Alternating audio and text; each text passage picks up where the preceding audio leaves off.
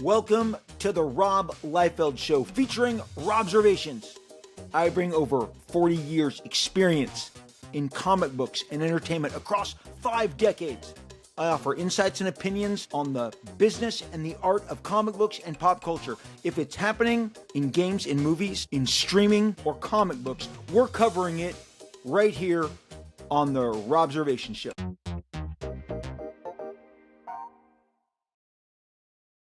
Hey everybody, and welcome to another edition of the Rob Liefeld Show featuring Robservations. We talk comics and all things comic books and pop culture across 5 seasons so far. Thank you to each and every one of you who have taken this journey with me, who have been on this roller coaster ride.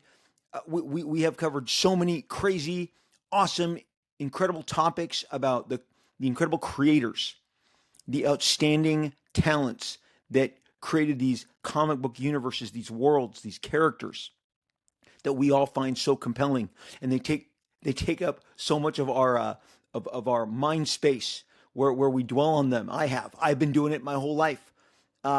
You don't have to write or draw to be always generating stories in your minds, right? And that's what we do, and we talk about it here. And I am so thankful for all of you who have listened, wherever you are listening from. However you plug into this show, and whether you're driving errands, picking up the kids, drawing, doing work around the house, on the headphones, working out, the gym, jogging. I am so grateful, and thank you for joining me here as we are now in our YouTube era, in our YouTube phase of this incredible and crazy show.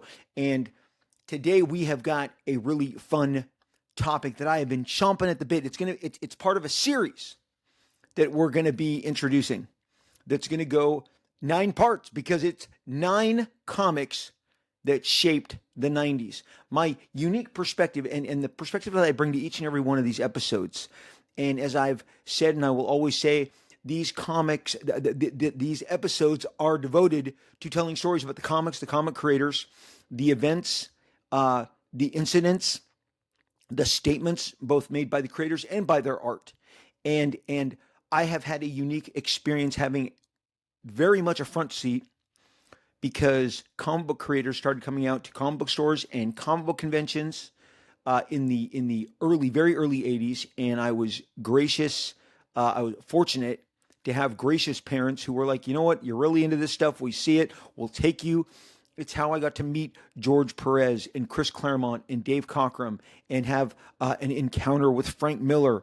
It's how I was able to meet all manner of incredible talents. And we're going to put one of those talents under the microscope today and really understand how impactful he was. We throw around the word impactful. I know I do. This is like an uber level of impact that this gentleman has had. He is our first subject as we enter into this 9 comics that shaped the 90s. So my career really blew up in the 90s, but the longevity has come from the 80s. I broke in comic books in general. I broke in early 86, starting to do short stories covers for other interested comic book companies. There are so many, because it was kind of an explosion of independent companies at the time, that I have actually forgotten some of their names. Whoever published G.I. Rambot, okay, trading on the robot craze at the time, Rambo, G.I. Rambot, Troll Lords. There were so many different publishers, and I was able to impress them. And if I was going to go to a show in Chicago, like I was the summer of 1985, and one of these small press publications were there, they had their publisher or the guy who owned the label, I would draw at least a pinup, maybe a story depicting those characters in a sequential art sequence, and head to them like, look how I can make your characters look and feel, and how I'll portray them. And so this got me a lot of gigs. In 1987, 19 years old, Marvel hired me into their fold, and ironically gave me one assignment before DC hired me away, was able to give me a longer a longer job, which at that point is like a 120-page commitment, rather than sitting around and doing a series of short stories. But then my phone started ringing once Hawk and Dove happened. But you're still in the 80s. That's 1988. By the late 88, I am drawing X-Men fill-ins, X-Factor fill-ins. I'm doing a Spider-Man annual. This carries me through 1989 and the assignment of the New Mutants. Now, some of you have some of you have written in and talked about my hand chopping, and I told you the hand chopping is part of the show. I'm not trying to be a public speaker. I'm not on a stage. If you've ever seen me, some of you have seen me, I'll stand on the chair. I will stand on the table. I will walk around. I'm very active. The hands it's so far beyond the concept of jazz hands. Okay, so you just got to roll with me here. The hands are part of the presentation, but I've seen a lot is what I'm trying to tell you. I saw a lot as a fan, meeting creators, talking to them, interacting with them, picking Chris Claremont's brain, Paul Smith, George Perez, Frank Miller, Dave Cockrum, all manner of different inkers, Joe Rubenstein, Al Gordon, Bruce Patterson, really great inker. He did a bunch of stuff over George Perez, Wonder Woman. He inked Green Lantern. I mean, there was so much talent that was coming through. Jim Shooter, one of, if not the greatest editor-in-chiefs, and I'll be doing a real deep dive into his resume again now that we're on YouTube, and share maybe some new insights and some new thoughts. We're going to be doing interviews coming up soon. I am trying to bank as many of these episodes as possible. I have a menu of topics that I planned in advance with the entire team because some of them were going on vacation. Like the recent Jim Lee Fantastic Four episode was planned 2 weeks in advance. The episode before that, the same. So this has been on the menu, and it's gonna put under focus a body of work that influenced a bunch of guys who were big time in the 90s. Now, here's where we got to slow the show down. And I love the interactiveness. I love the comments and the replies and all the ways that you've talked to me across social media platforms and the comments in the YouTube. And I appreciate those so much. That means so much to me. I can't believe you guys type that out, hit send. You have been so kind and so enthusiastic. I cannot tell you how much that means to me, and how much it really keeps me going in every aspect, whether I'm making the pages or recording the show, working in the production part of putting the comic books together. It just means so much to have you guys out there cheering it on, and I'm so thankful. There will never be a time where I don't express that to you, because that's how I live my life. I'm truly, truly thankful, grateful, and excited to be part of this. Some of you have been like, you work yourself into a lot of topics. I was right there with Heroes Reborn, Jim Lee, 50/50 venture. We got the same money. We got the same deal. We got the same signing bonuses. We were there. We looked at each other's checks, okay? It was competitive.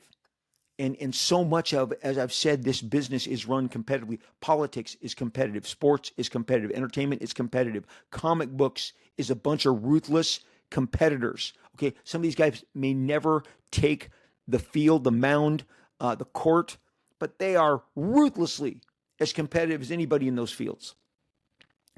What I share with you often, especially when it goes outside my timeline, but sometimes it flows through, and I like to share with you guys. Here's another one. I've been showcasing different. I shouldn't call this a fanzine. It's a comic book press publication. Amazing Heroes was among everybody during that period's favorite, and this was the 1986 explosion for Frank Miller, where the Daredevil stuff was blowing up again. His Electro was blowing up. Dark Knight was blowing up. So this cover is just a stunner. 1985. This is peak Dark Knight era. That is a cover that I would love to own. And Frank's art is just blowing up in the auction houses, blowing up across, all of the different, in the collector space. Frank's work is just absolutely blowing up. But this is one of the books that I've brought you interviews from, and I don't know if you guys have been to church before, if you've been to a church where the preacher, the pastor, the minister says to you, "We read line by line. We read line by line." from scripture. We don't deviate. When I give these to you, I'm reading line by line. I'm not injecting. If I step out of the interview, I let you know. Here, I'm giving you some commentary or some context of what's being said.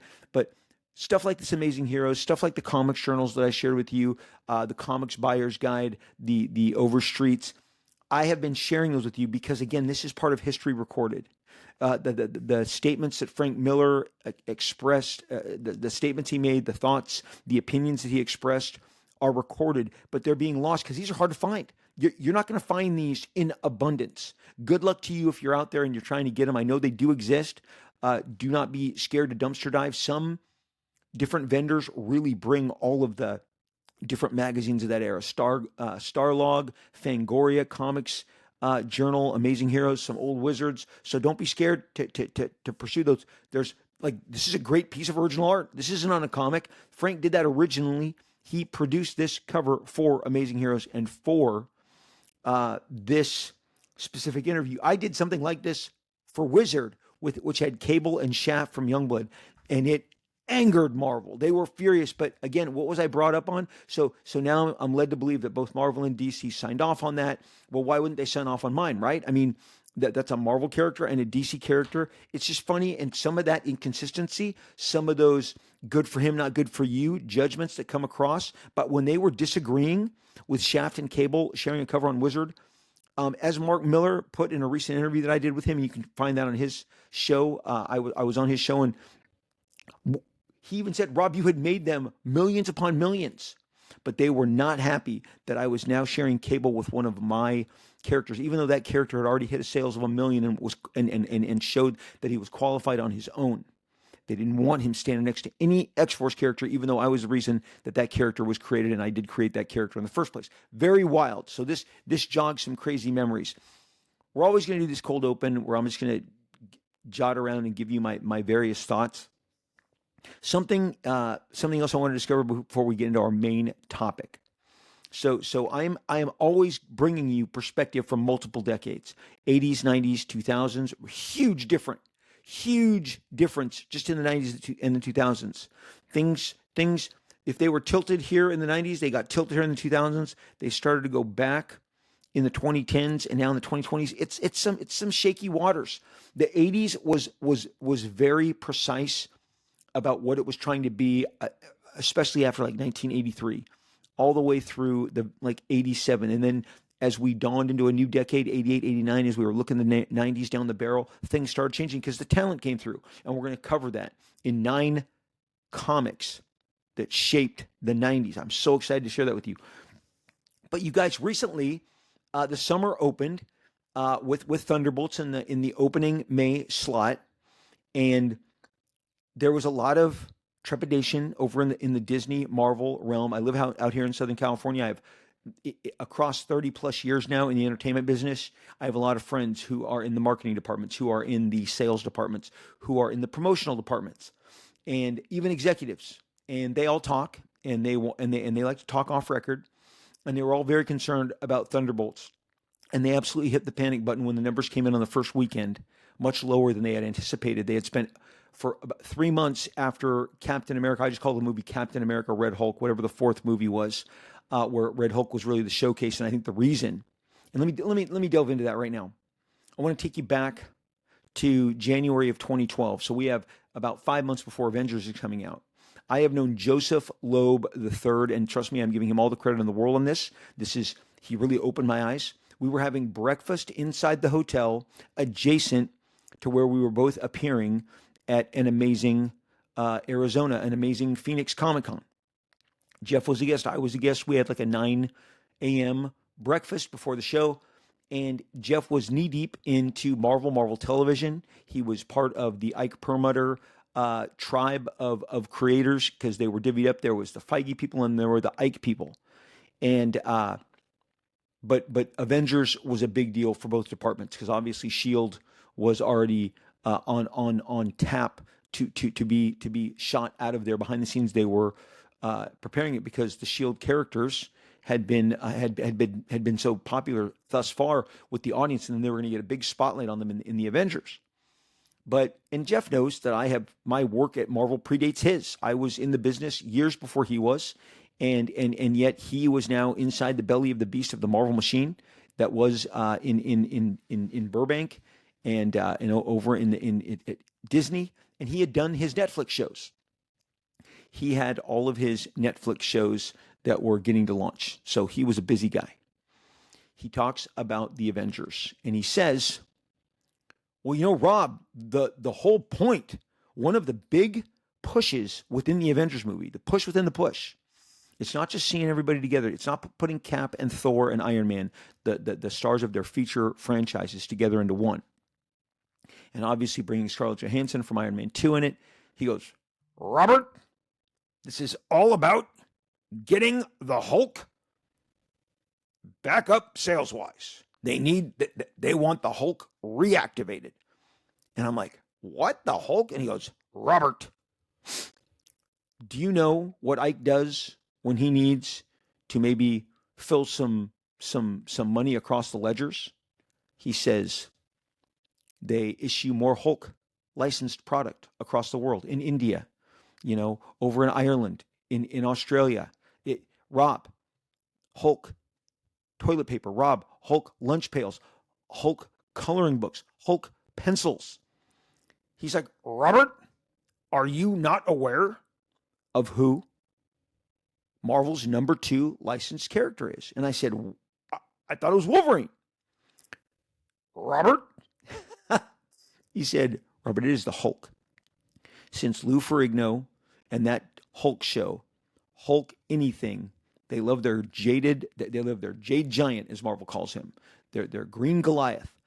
And he said, Rob, those Hulk hands were one of the most breakout and profitable aspects of the early Eric Bana Hulk movie.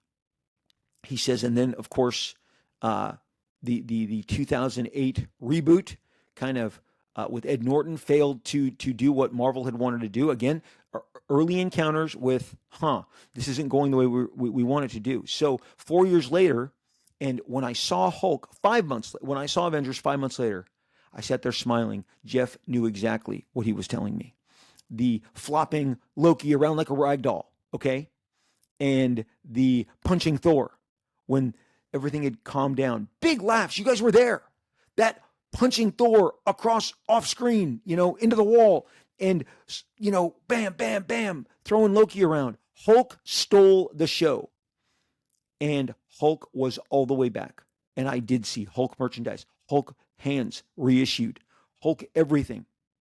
Robert, when Ike wants to make more money, they make more Hulk toothbrushes, toothpaste. This is just me giving you remembrances of what was said across from each other as we were consuming our omelets.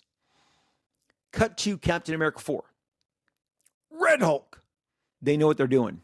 Guys, we can't even hide anymore that this is a secret with Harrison Ford.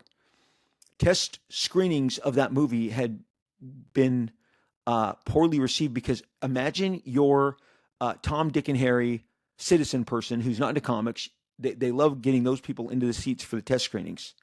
And you're like, oh, I love Harrison Ford. Wait, what? Harrison Ford's turning it? They had a bad reaction.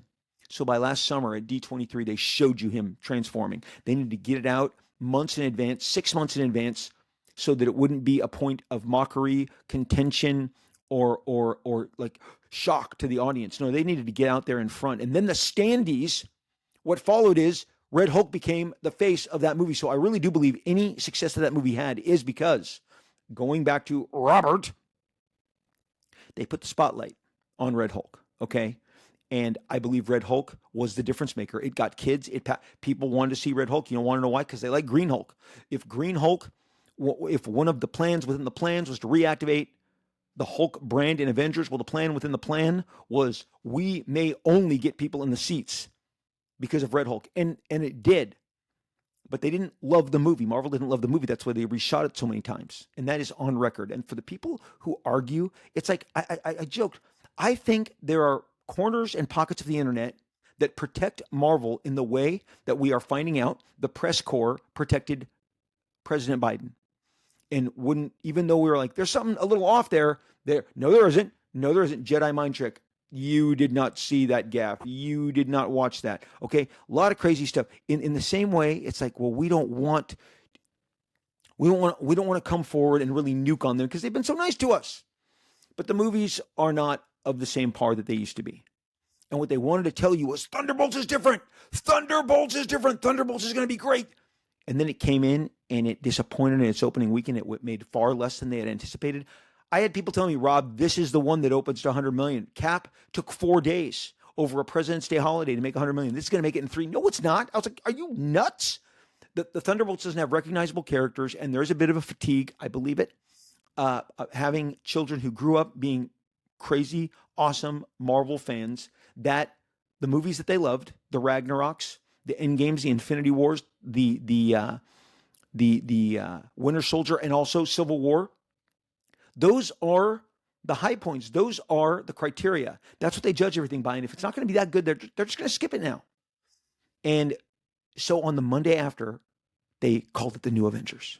And they tried to get the theaters to call it New Avengers. They wanted New Avengers to be on the marquee, which it's literally like day 14's plan was put into motion. So now we are living in this era that I call the Feige Flops. Did you know that The Marvels, the sequel to Captain Marvel, which made $1 billion because it was sandwiched between Infinity War and Endgame. That's my opinion. You're never going to change it. The Marvels made 200 million, not domestic, 200 million, the whole world. The whole world in their hands, $200 million. The bomb of the portfolio, but it's happened in these next phases. All of the weakest movies they've ever done have happened post Endgame off the hubris of this Kevin Feige guy who really believes that his own, as they say, shit don't stink, and he truly believes, that doing the Eternals in the way that he did it, doing the Thor 4, which most people really pumped the brakes on and was like, I'm not enjoying this. Marvels, Cap, Red Hulk, Thunderbolts. What am I missing? Ant-Man 3, that's when I knew they lost my son. He's like, Dad, wow, lives in Dallas, called me, said, Dad, I don't know what's going on, but this movie just did not work for me. It was goofy. I didn't feel Kang as these movies have been off. They have been really off. There's a great podcast. I love it. It's called The Big Picture. I listen to it fairly religiously. And it's hosted by Sean and Amanda. I don't have their last names on the tip of my tongue. But they were speaking of Mission Impossible 3. They were on multiple different podcasts speaking of Mission Impossible 3 and how they believed, in their opinion, not mine, because I actually do not agree with this, but they believe, and there is a sector of them who believe that Mission Impossible 3 is a TV level movie quality in the way that it is shot, the camera work, the cinematography. It's not a big swing for the fences. It certainly doesn't look like the Macquarie work, which is obviously more vast in its scope and scale, and really is like in the Chris Nolan, James Cameron category of filmmaking and cinematography. And I maintain that I think a lot of these movies have those same pedigrees. We're no longer getting interesting, the interesting talent that we once were. And on a recent podcast, I believe these movies are like DiGiorno.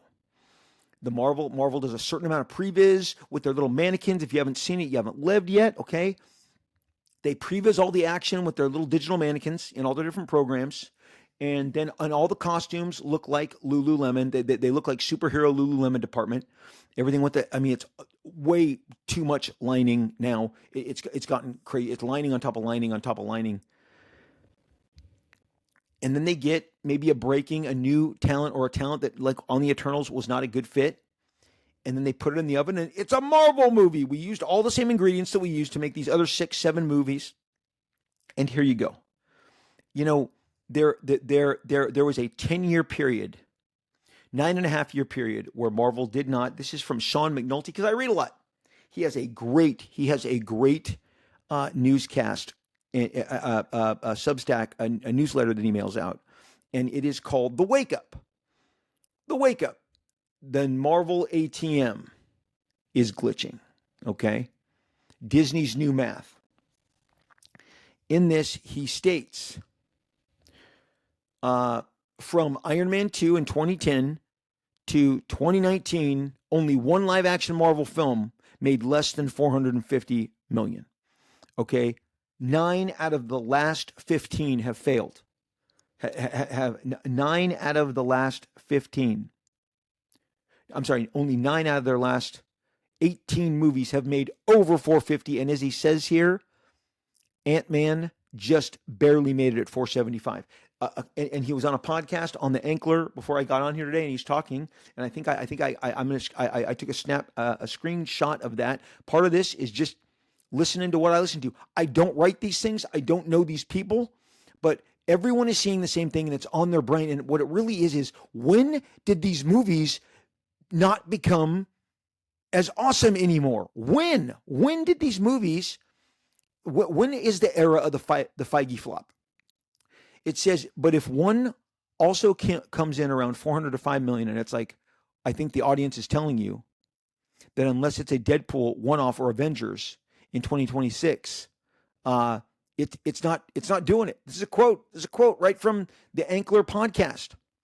He says about Thunderbolts, it was the old Marvel Memorial Day release method. I mean, we started summer slot. We're 4 weeks into the summer. It hasn't made back its production budget as yet. Okay, guys, I don't write this. I listen to it. This is what's on people's mind. The Feige flops, the era of Feige flops. Okay, and we're in it. And you know what, people?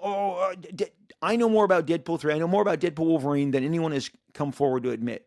Why did it take so long to make?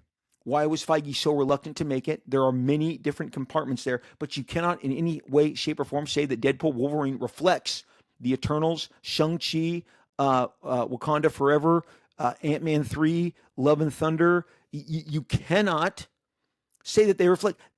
Deadpool Wolverine is really head to toe the Ryan Reynolds creative explosion. He learned to embrace Deadpool and understood better than maybe anybody at the time what people wanted from Deadpool on film, the balance of R-rated violence, the jokes. He wisely dipped into the Deadpool core. Hey, that made Papa Rob very happy. Of course it's gonna. And yes, I'm gonna mention that. You got to get over that.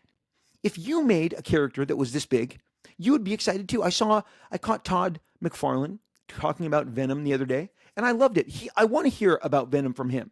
Because without Todd, there is no Venom.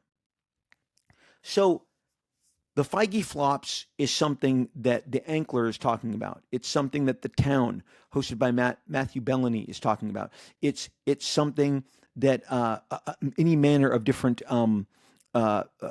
websites that are escaping me at this point. What is this one? Let me see. What is this website? This site. Because I literally just shared this as well. This site, they had a whole feature about how Thunderbolts is set to lose $100 million. And the fans are like, no, that's not possible. No, it is possible. Maybe you're skewing the math so that you magically are removing costs like marketing. Here's what I'm going to ask you. Here's what I'm going to end with you. You casual guy who can't believe that these movies aren't making money because all you want to do, see Marvel, and they've gotten really good at it.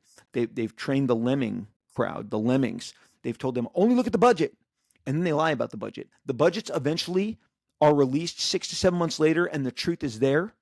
The actual spend is there, but they love to say it only costs us 180 when it costs us 225.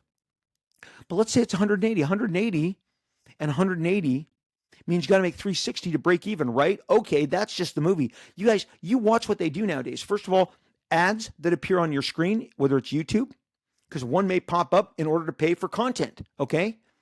That was something that was purchased from Disney. They sold it, but it was part of what they invest in creating that clip and buying that advertising. When you see the Thunderbolts on your baseball game, when you see it on your NBA Finals, when you see it during your favorite show, when you see the banner across your streaming platform, that's called marketing and advertising, and they're spending those. They're buying those slots. They're buying those billboards. They're buying the sides of the buses and the transportation and the trains. But then have you seen how now they travel? They'll go to Austria. They'll go to Paris.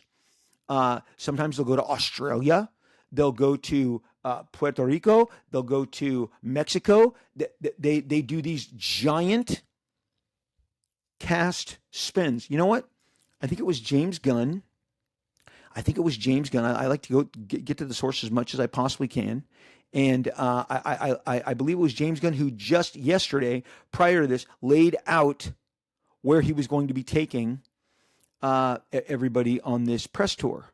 And maybe I'm missing it. Maybe it didn't make it to the tweeter, formerly known as Twitter, now X. Okay, so I'm gonna do this, and I'm gonna give up. But maybe it was. Maybe I did see it here on Insta, and he was sharing with everybody the aggressive tour. And the reason that it's important, and I want to pull this up for you, is for you to understand, because it really leaned into the fact that they're going to be traveling the world, sharing this with you. So I'm not going to look for any further, but he's like, we're going to Paris, Mexico, LA, New York, London, the entire cast, some of their handlers, the people who wardrobe them, the makeup people, the publicity people. They are bringing dozens in the short term, hundreds at the big stuff. They're putting them on planes, private jets. They're flying them to and fro. They're putting them up they're putting them up in the nicest hotels, and they are then spending. They get per diems. They get paid. It's part of the contract. That costs money. That's called part of the budget. Do you think that's free? You honestly don't believe that is on the ledger of the film that they're promoting? That's how you get to $100 and $120 million more. So now take your budget at 180, add 120 to it. Wait, what? Did minimum? Did that just did that just go to over 300 million? Okay, and that is being, so now 300 million, you got to make 600 million to break even. And that kind of math used to be readily available. You used to read about it in Premiere Magazine, Variety. This stuff now takes a little more searching, but Variety does print it. Deadline does print it. And occasionally they'll put a question mark next to the numbers because it won't get a confirmation from the studio, because if they don't confirm it, then you can't tag it as real. But we all know the people who have been in the business, who've seen budgets, who know how to read a budget. I shared some of this stuff the other day, and my buddy who runs Apple Entertainment, he has been in the television and movie business for nearly 30 years, came in and tried to explain it to somebody, and that person said, I don't believe that. So that now we're wishful thinking. But the era of the Feige flops is terribly disappointing. It speaks to massive hubris, and now we're getting doomsicle chairs. The doomsicle chairs are being assembled. We all watch chairs, different chairs with names. I call it doomsicle chairs. It's going to have Doom. Downey Jr. took the money to come back as a completely separate character in what was more of a desperate move on Marvel's part than it was on him. He's a performer. He's a great actor. He's one of our all-time greats. They negotiated a once-in-a-lifetime deal for him to come and have fun. He's with people he knows, people he likes. He's going to do that performance. But the fact that they went there as their safety lever, and now, guys like Matthew Bellany and guys like Sean McNulty have talked about how Iger kicked these movies, these 2025 movies. He kicked them out of 2024. He only wanted Deadpool Wolverine because he knew that was a surefire hit. It's also a surefire hit because people love Deadpool. They love Wolverine. These characters are already pre-sold. They love them whenever they pop up. All this other, at the end of the day, why is some of this stuff even on the menu? And why are you risking it at such a high level and spending so much money? Because somebody goes, I don't understand how 380 can be a flop. I do. What if you bought something that cost $380 million? Okay. And then you went to sell it? If someone gives you 380 for something you spent 380 on 2 years ago, are you to break even? You're to break even. You got to get somebody to give you 400 million or give you over that to make a profit. It's pretty easy, people. The people who don't like hearing it are making it more difficult. So, Feige flops, history of comics, love of you, the audience. Here we go. The 9 comic books that shaped the 90s. That's really an era that I happen to know a great deal about. It is an era of incredible enthusiasm in the fan space. It's an era of incredible expansion in the business because there was curiosity and there was enthusiasm. There was a thing called a Marvel zombie. They were people who only bought Marvel books. I would encounter these people. George Perez, who I adored his work at Marvel Comics. It was formative for me. 1975, the Avengers, Fantastic Four, all the Marvel premieres, the X-Men annual, Marvel 2-in-1, everything that he did up until 1980 helped make me such a crazy Marvel fan. He crossed the street. He started doing Justice League and the Titans. I'd be in the store with a guy named John going, are you seeing what George is doing on the Titans? I don't buy DC.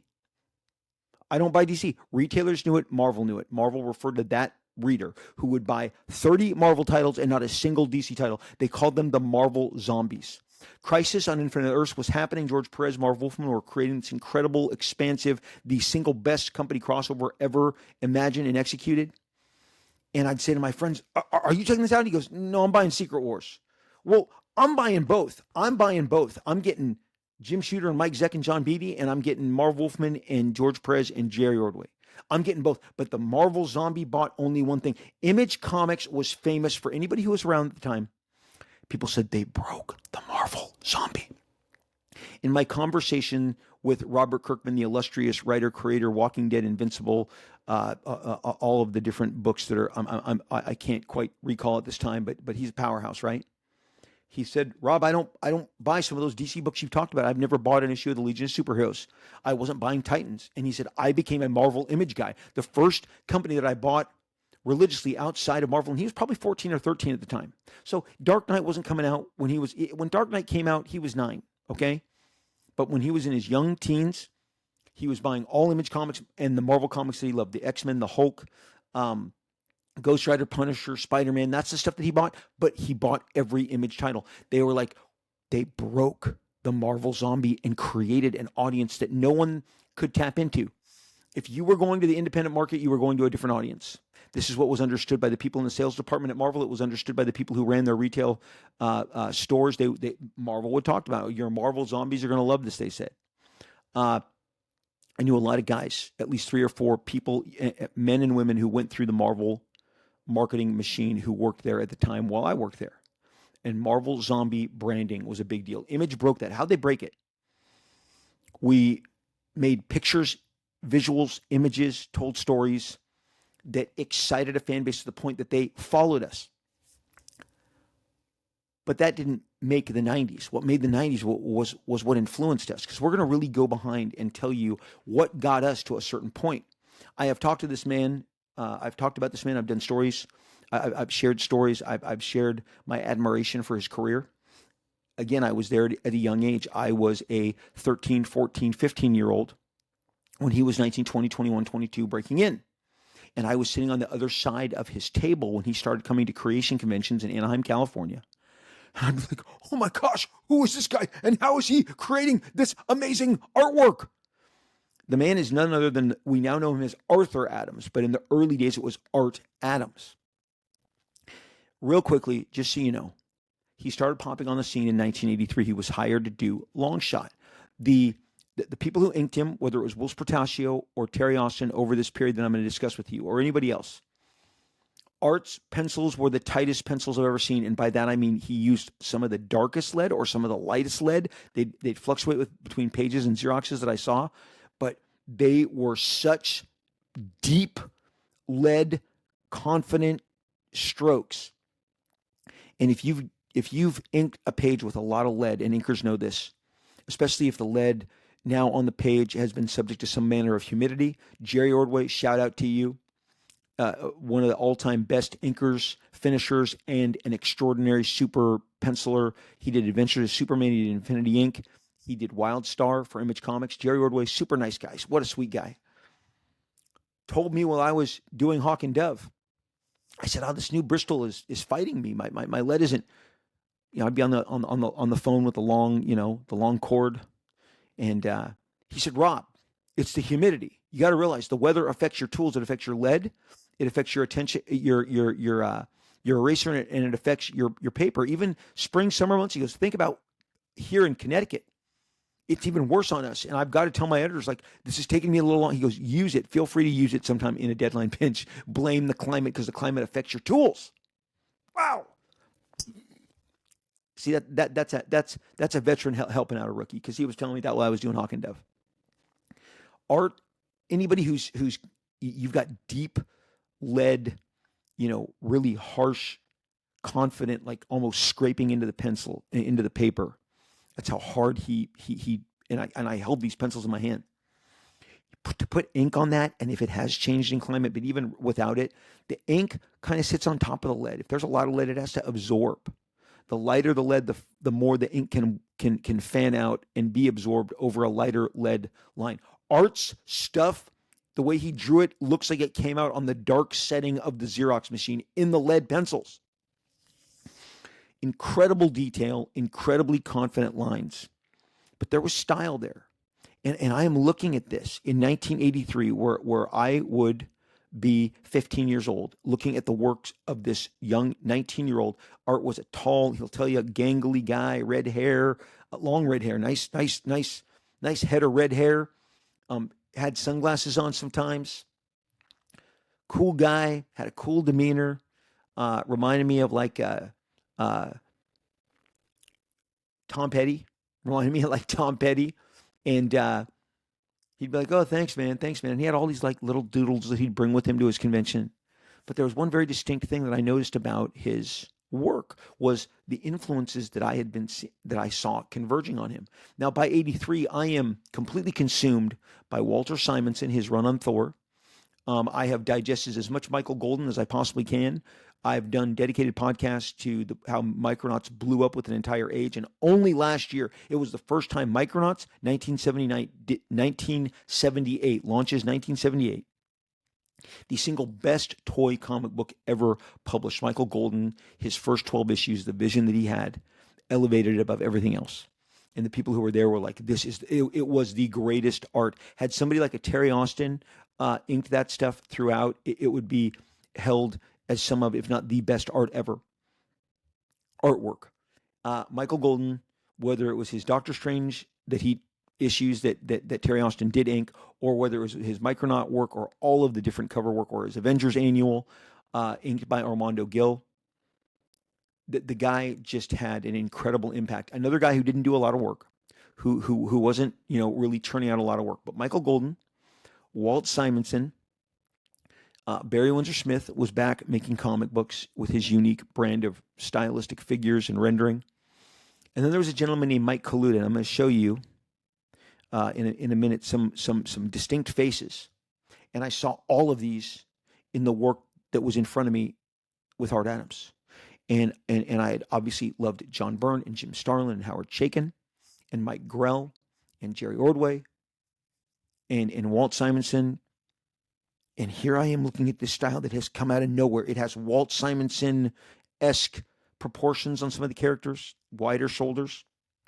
But the one most distinct thing about Art's work was his characters had very short trunks and very high waists, and their pants were buckled very high, so that gave them, even the men had almost a female figure to them.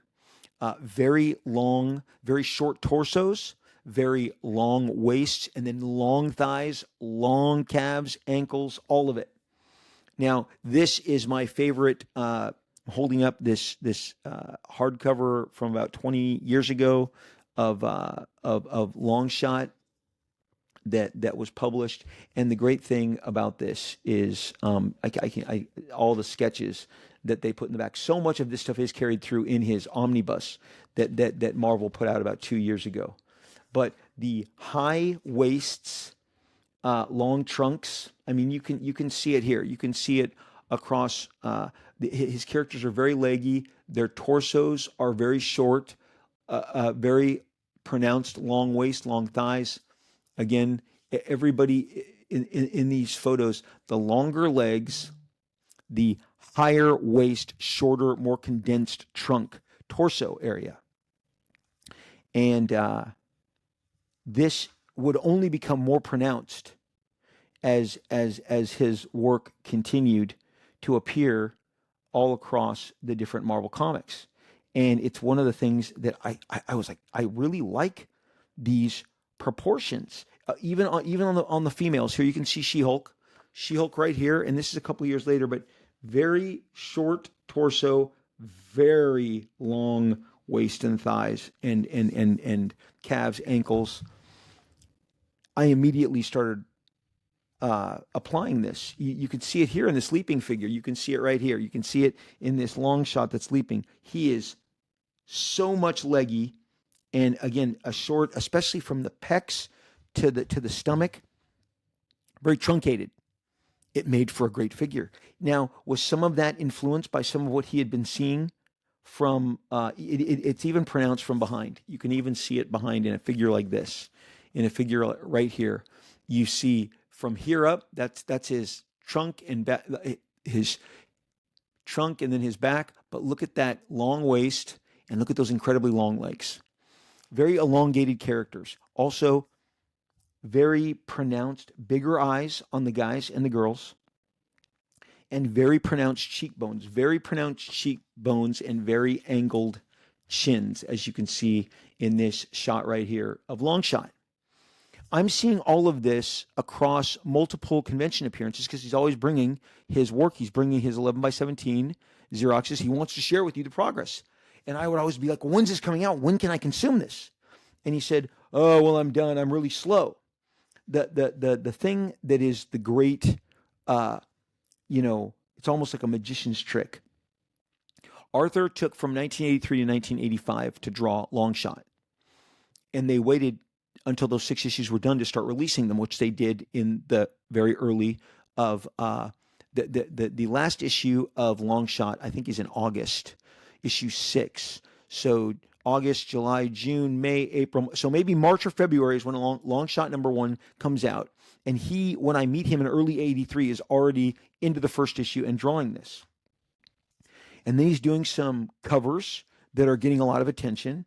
And of course, I came upon him when he was at a convention with Chris Claremont, who was sidling up to him being like, we've got to do something together. We've got, you want to draw some X-Men. And he's like, oh, I've got a schedule. Well, it got to the point where Arthur was finished with his long shot work. And here are 2 great examples of that shorter torso. Nice V, good broad shoulders is also a part of it. But then there's, again, the short, but right here on this cover, look at that. Look at the short trunk, the long waist. Look at the long length from belt to crotch, thigh. These long, they were beautiful. Men and women, the figures, just incredible. But he was now getting to the point where he could add some of this X-Men work that Chris Claremont wanted him to do. And Arthur was penciling and inking his own covers so you could really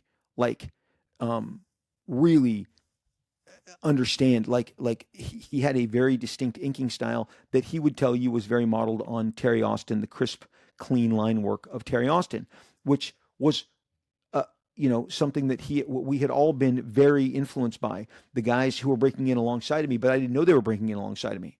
Now here is Carl Potts' rough breakdowns of long shot, early long shots. That's much more life drawing. You're not experiencing the high trunk, the long legs, and the smaller heads, the slightly pinheaded figure. This is something that Arthur would excel at. Now, I'm digging on this, and somewhere in his home, in his high school, his college, so is Jim Lee, so is Eric Larson, so is Todd McFarlane. Whilce Portacio is actually inking this, okay? Whilce we would come together as Image founders. I saw guys like Mark Silvestri start to reflect Art's work immediately between 85, 86. Longshot was released all 6 issues.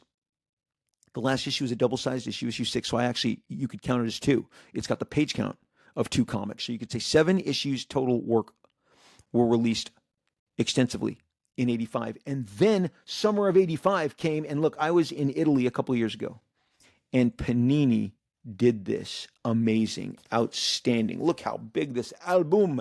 It is an album, Rob. Liefeld, as I've said here before, now I can act it out. I walked into Panini. I was with my son Chase, and the guy behind the counter, there was 2 people who he was helping, and he said, "Is you Liefeld?"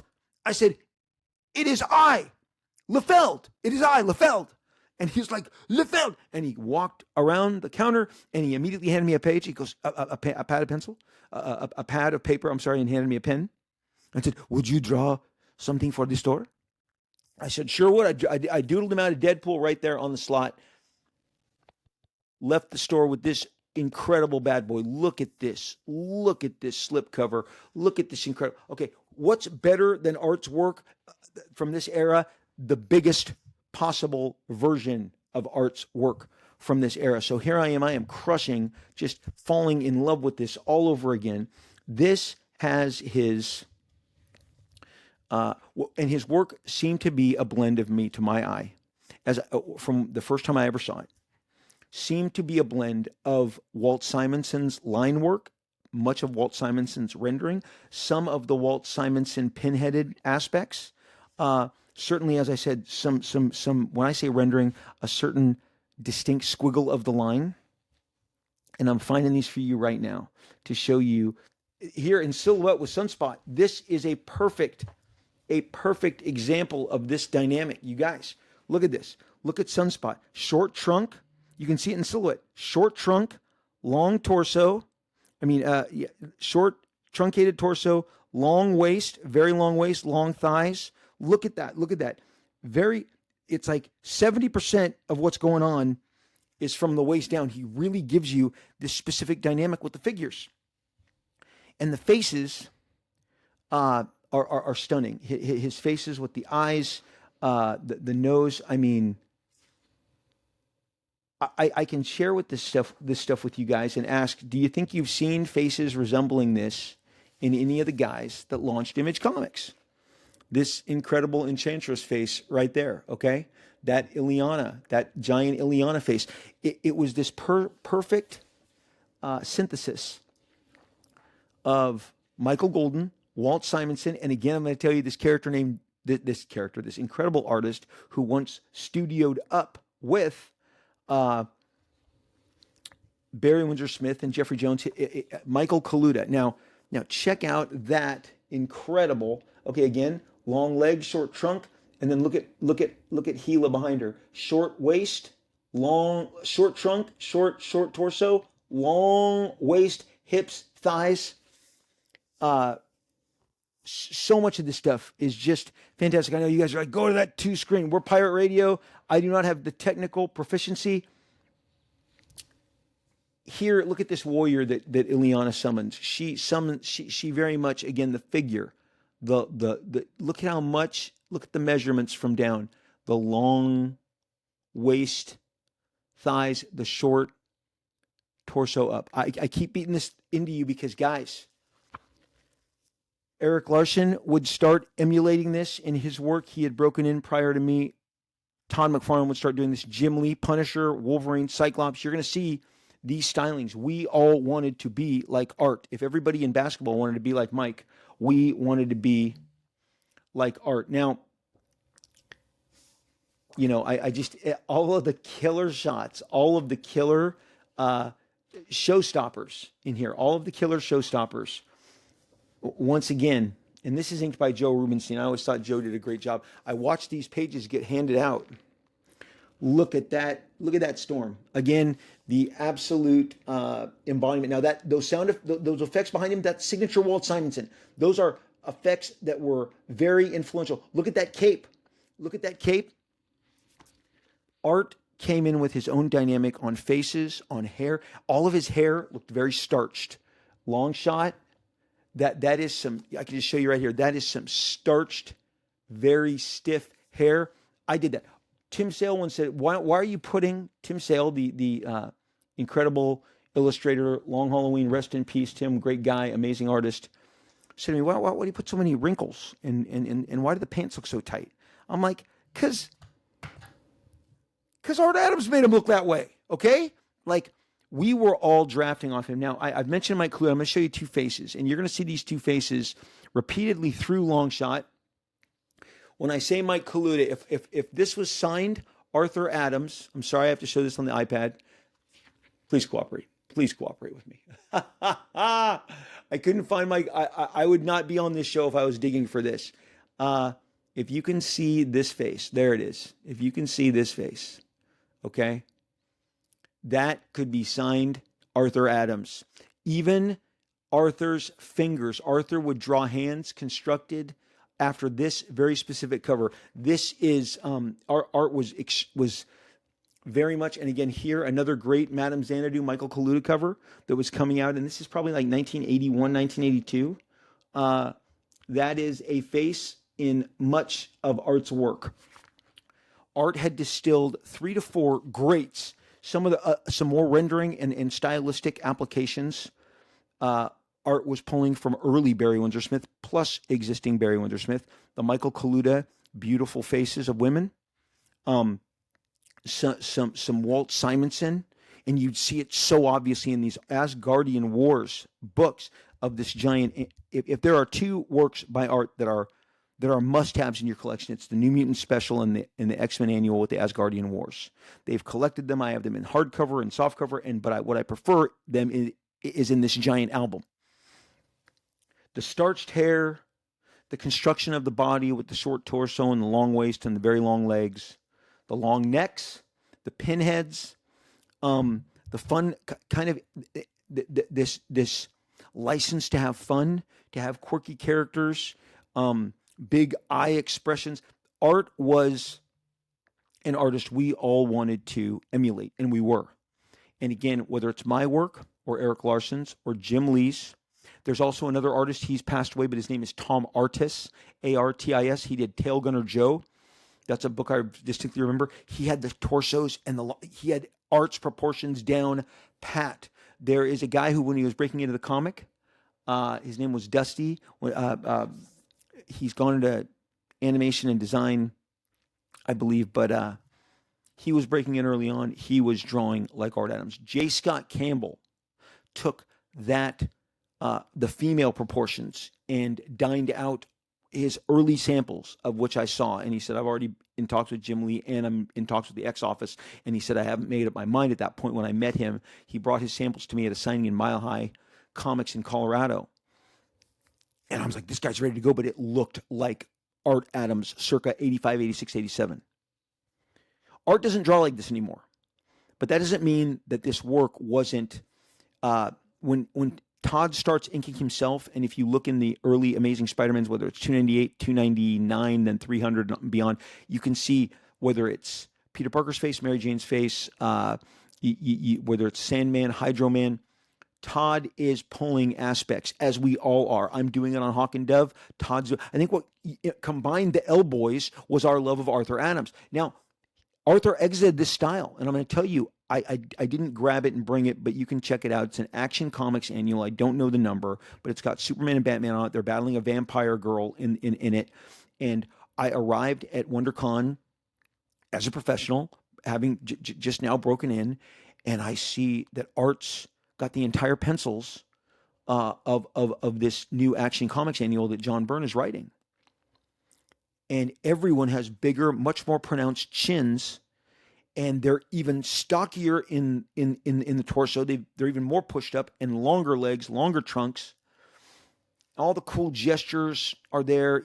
A lot of those gestures are a reflection of the stuff that he picked up from Michael Golden, and a lot of the lighting he picked up from Michael Golden. I've never seen a guy who's like 33% Golden, 33% Walt Simonson, 20% Barry Windsor Smith, 10% Michael Kaluta. And look, every artist is walking in with the style. You've seen guys who draw just like John Byrne, just like George Perez, and eventually they grow out of it. But to my young eyes and to Jim Lee's young eyes and everybody, we were just absolutely blown away by what our art was doing. And so now I'm seeing, and this new work doesn't look anything like it. And I can see that it's reflecting a very popular body of work that was just released. And I said, hey, you're drawing different. And he goes, yep. Really felt like Frank Miller showed me the way on Dark Knight. Showed him the way. Suddenly, the much more pronounced, he called them lantern chins. He loved and Frank did go from a more lean Andrew Loomis, Bern Hogarth, and in comic book Gil Kane anatomy to a thicker, kind of squattier, kind of, more stocky body type, body figure on Dark Knight for everybody, for Bruce Wayne, for Clark Kent, for everybody. And the faces did get thicker and the jaws, and Art just said, yeah, I'm really, really digging that Frank Miller stuff, he really showed me the way. I'm trying to emulate that and work that into my work. He altered his approach slightly. He didn't go all that way, but when he came back and he did the X-Men, he was now more that guy than he was this guy, this 1985-86 guy. I'm going to tell you that I even sat with Jim Valentino and we would check out the work that Art was doing. There is not an Image founder. Eric Larson would openly go, Art Adams is great. And I saw it when he was doing Doom Patrol. I saw Art's work in Eric Larson. It's all over my work. It's all over Eric's work. It's all over Todd's work. It's all over Jim's work. Now, Jim, maybe you don't see it as much in Punisher because he was putting a Kevin Nolan sheen on it. His finishes were favoring, but as he gets into X-Men, especially when he's drawing, Jim Lee's Colossus is most reflective of Art Adams' Colossus. That's not a knock. It's fun to watch people implement styles. It's fun to watch musicians pull from each other, okay? And you saw what the Beach Boys and the Beatles were doing back and forth, with Sgt. Pepper and Pet Sounds, and people get into these grooves, the influence, the homages. So Art had shed this early version, and this early version, I occasionally, when a decent page with a decent price tag comes up on it in auction, I will go for these Art Adams, Longshot, X-Men, New Mutants, 1985, 1986 art. And it's going up. People, his work has had tremendous growth. As I think the 70s and the 80s stuff, the stuff that I love and I adore, and I have plenty of it. I think, and then the people who can enter in and now buy and afford this work, they're focusing on the stuff that they loved, and the stuff that they loved was Art Adams. Now, I'm going to ask you, do you think that Art saw it in us? Because he saw it in us. He would tell us. There was also an artist named David Williams. When he broke in, Dan Fraga, Marat Michaels, everybody in the studios, Brett Booth, J. Scott Campbell, everyone will tell you they were looking at Art Adams. They were influenced by Art Adams, whether it was his classic X-Men covers, his long-shot body of work, the Asgardian Wars. With Art Adams, there is no 90s style, okay? We all now, did we put our own twist on it? Yes. Art Adams did a Web of Spider-Man annual, and it distinctly impacts the way Todd draws Spider-Man, which Art does his annual 1 year before Todd is on the book. It's with the black costume. It's really great. It's one of his fine. It's got a bad print job, but I think it's been reprinted in the omnibus in a much better fashion. Profound is the only word to use here. Art would say, he would tell us, I feel like you guys owe me whether it was your careers or some money, and he was doing it jokingly. Art has a biting wit. To this day, he does. I love him. He is kind. He is sweet, but he is sarcastic as hell, and it's fun. And if you get on the wrong side of that, look out. And I can only imagine, okay?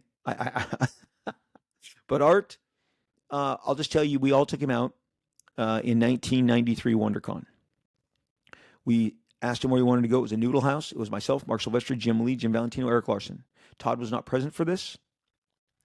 Art was there as he sipped his hot noodles. We said, Art, we think what our audience would love the most is if you came and did a crossover featuring all our characters. And as he sipped his noodles, he said, $1 million. Dr. Evil hadn't said it yet. That movie's not coming out for another 4 or 5 years. $1 million. Jim Lee burst out laughing. He said, like $1 million. Like, he cracked up. He literally smiled, and I was like, "Oh shit, this is the Image Comics tax, And he goes, "I'll do it for $1 million." It was his hard and fast number, and none of us could really wrap ourselves our minds around it. I think we just maybe we didn't we were hesitant about the precedent that would set, but it was funny. I mean, we took out Art, we bought him dinner, we wined him, we dined him. He gave us his terms, we just couldn't make it happen. Eventually, he would go do things for Wildstorm, and he would do covers for me, and they were not $1 million, but they also weren't a giant crossover. But the lines, storytelling, imagery of Art Adams was essential in creating the stylistic paths that Todd McFarlane, Rob Liefeld, Jim Lee, Eric Larson, Will Portacio, Mark Silvestri, Jim Valentino, and so many others would follow. As I said, J. Scott Campbell, Booth, Fraga, Michaels, Williams. he may be one of other than Neil Adams, and this is weird, that the two most influential guys in comics, and for those people who go, no, Art was doing Michael Golden, to some extent, he was. But you've also got to pull in the Walt, and you've got to pull in the Kaluta, and you've got to pull in the Barry Windsor Smith to get that long shot Asgardian Wars and those proportions. Art, beautiful people. I didn't dwell enough on the eyes, the beautiful faces. When I let me see here, if I can, I think her name is Ricochet Rita. Is that the girl's name in the book? I haven't read Long Shot in a long time, and I mean, it's going on 40 years here. But when I show you those faces that I say the Kaluta stylings, the Kaluta faces, just I that style of faces and the way that he see, you can't tell me that these do not reflect that Mike Kaluta, the Mike Kaluta that I just showed you. Okay, these are Ricochet Rita, and right there, that alone is like, you could tell me that Mike Kaluta, that was one of his preliminary sketches for one of those Madame Xanadu covers. This stuff is just, it is stunning. It is stunning. This style rendering that Arthur was doing, more Michael. It's like yeah, it's got some Michael Golden undertone, but then he's bringing you in with these broken lines, which is more a rough kind of a crustier line on top, which is more reflective of what was going on with with what Walt Simonson was doing. Again, these are, to me, are very Michael Kaluta influenced, Ricochet Rita, and can you draw one or two faces and have it influence an entire character and all the expressions that she has for the remainder of the book? Yes, I've seen it. Again, I'm a student of this game. I'm not new to this world, and I have watched once again, and that's the last one. You cannot tell me that this was not influenced somewhat by the renders. And again, those are just two. Those are the two most prominent Michael Kaluta, Madame Xanadu illustrations that I'm going to share with you. But you don't get the 90s without the stuff that we bring you. The reason that Art did a couple of New Mutants annuals, and I'm like, well, I would buy a New Mutants annual that looked like that.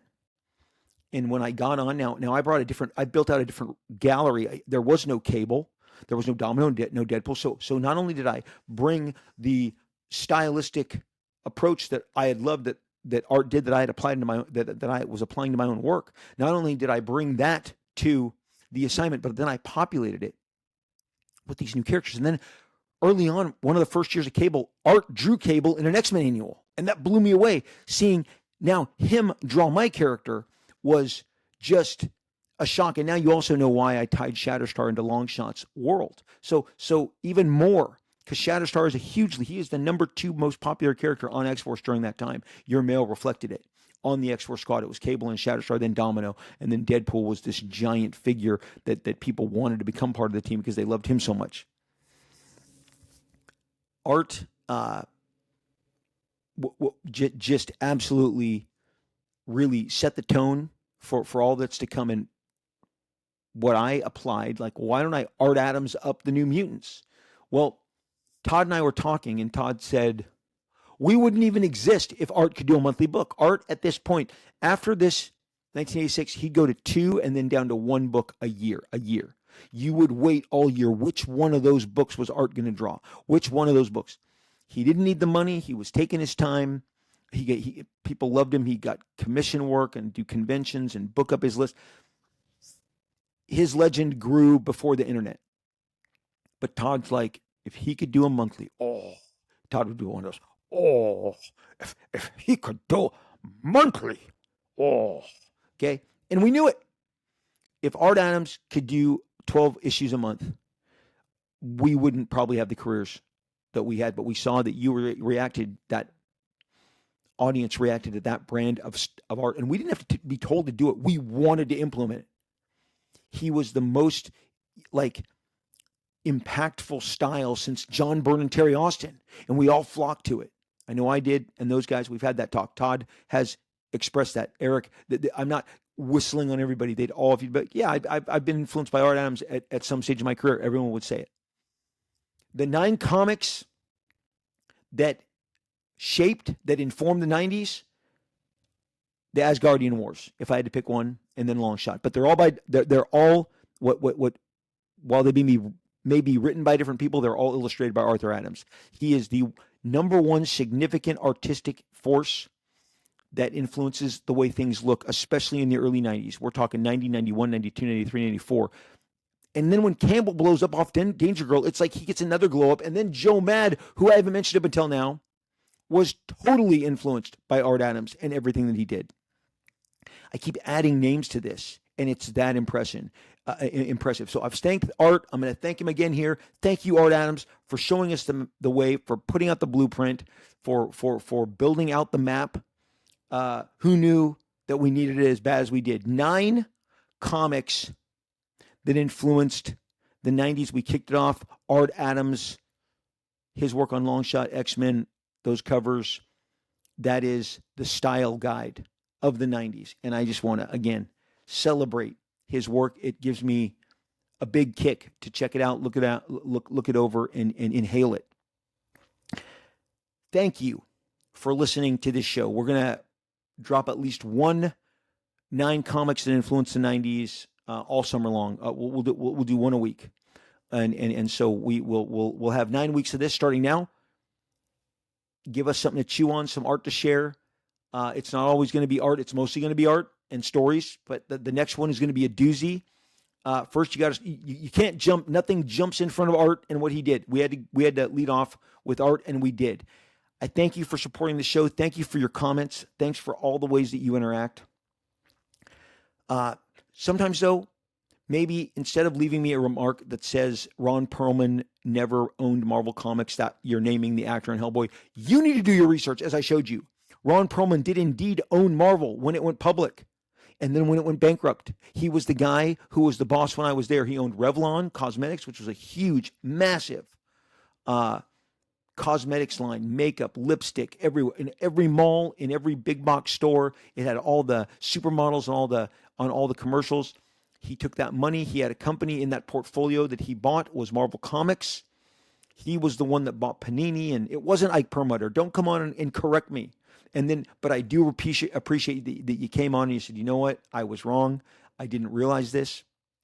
Sometimes you guys come at me with these corrections. Now, when I'm wrong and I say Barry Sanders, when I mean Bo Jackson, oh, I can't stand that. I hate getting the facts wrong. But when I do, I will repeat it. I will acknowledge it. Ron Perlman is the name of the gentleman. I put that link in there for you to read about it. Ron Perlman sells the company so that Ike Perlmutter can obtain it, okay? In a crazy battle with another billionaire. But that's a story for another time. When I'm not doing this podcast, I am all over social media on the platform formerly known as Twitter. It's called X.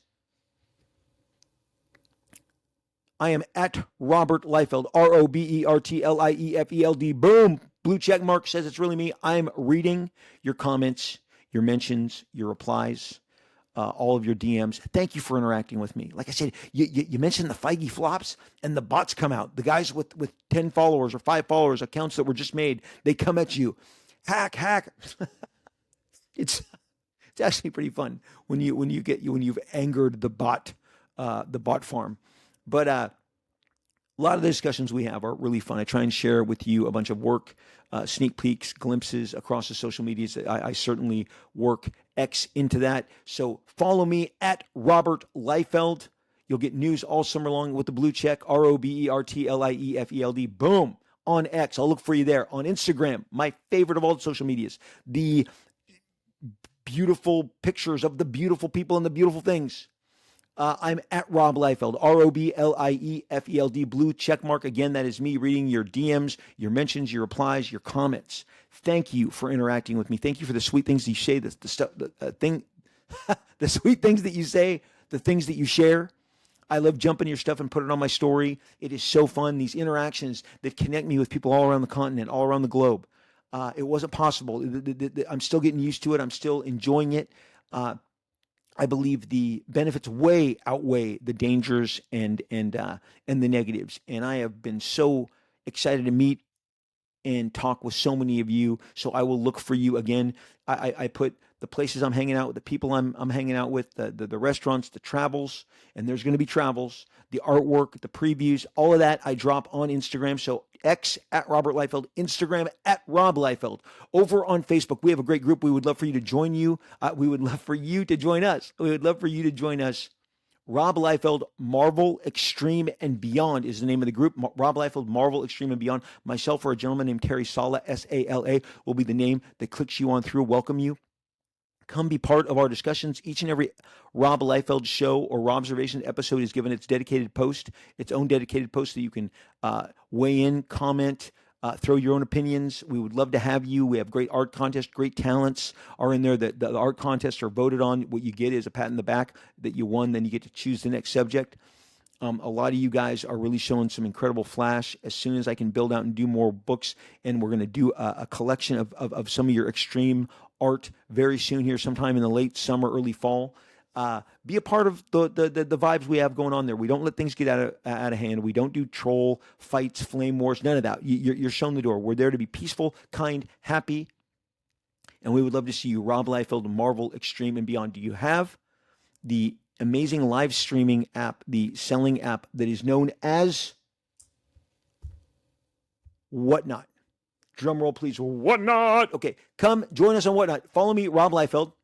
When I go live, we have exclusive comic books, Youngblood comics, my new comic Last Blood that I've done in both full color editions and manga editions. Do I have any here? I'm just going to take. I'm going to lean down and see what I can. Okay, here we go. So I'm not coming to your town anytime soon because I'm here working, but I can sign a shiny foil Youngblood 2 Deluxe on Whatnot, and I have. That's happened. You're going to find older stuff like this Image United, very hard cardstock cover, great. This is the Image United San Diego preview with most of the book in it. This is the 1 in 25. Your store probably didn't get them, but we have them in abundance because I try and take care of you guys. This is the kind of stuff we have. These, I found Youngblood Bloodsport Part 2 with Mark Miller, and these flew the other night. We sold like 60 of these. I have an ample... I found a treasure trove. I found a case, and we're sharing those with you. Older, 2017. These books are hard to get. The ones that John Malin drew are extremely hard to obtain. I'm trying to grab as many as I can. They're really hard for me to find as well. But Last Blood is my original. We're about 90 pages, 3 issues into this. This is the manga edition where we add, as you can see, more blood, more grayscale, like the manga stuff that I love. We add the speed lines. We get the enhanced violence just the way you like it. Okay. Get on Whatnot. I do custom signatures. I do remarks. I have original art that I share. Please add me to whatever you're doing on Whatnot. You'll get notified when I go live. I hope to see you there. It's like this. I'm talking the whole time, and people are recording me trying to get me in trouble. It's super fun. So I will see you on Whatnot. Follow me, Rob Liefeld. I will look for you there. I am going to. I will have reported to you in the very near future how my incredible signing went at Fantastic Worlds. I'll have already been there. I'm pre-taping this.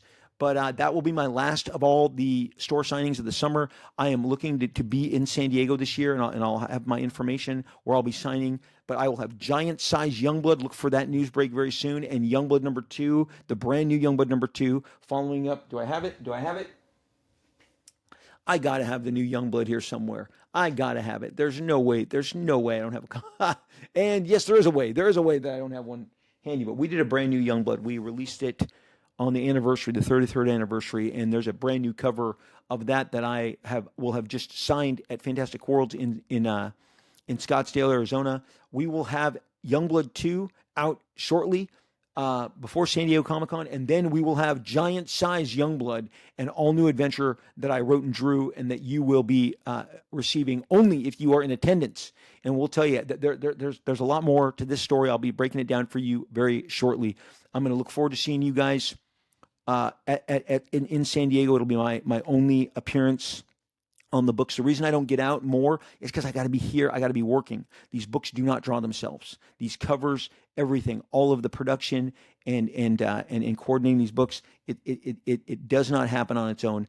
And that's why I'm kind of trapped here in the office, but I couldn't be happier making the comics. Spread the word about the positivity that we share about comic books here on this show. I appreciate you guys so much. I appreciate your patronage, your listening. And as summer is rolling through, the days are longer. Take time for yourself. Get off that treadmill that is life. Get off that grind of a hamster wheel. Take time for yourself. Go out with your friends, your family, grab coffee, grab lunch, grab dinner. Have a date night with your wife. Get ice cream. Have a giant Reese's Big Cup. I can't believe I did not show up with an actual prop again. What am I doing? I got to get this on the show. I have to show you me. I'm not going to eat it. I'm never going to eat it. Don't say you should eat it. That's not going to happen. Things that aren't going to happen. More cameras and more technical proficiency on this show. We are low budge. This is low budge central. No picture in picture. Not yet. I'm not there yet. Please just take me as I am. I am humbly presenting myself in video form. And I think, is this our 6th or 7th episode? But I am so thankful that you guys are patient with me. Stay patient with me. Have a great week. Whenever this catches you, I hope that your day is great. I hope that your spiritual, your mental, your physical, and your emotional well-being is exactly where you need it to be. Life is tough, tons of burdens, tons of hurdles to clear, and I want to just root you on, and I'm, boom, giving you a fist bump through this blue Yeti microphone. Take care of yourself. Stay out of trouble. Don't leave me here. You know where I'll be, right there, right out there. Please swing by, grab me. We will most definitely, absolutely, inevitably talk again real soon.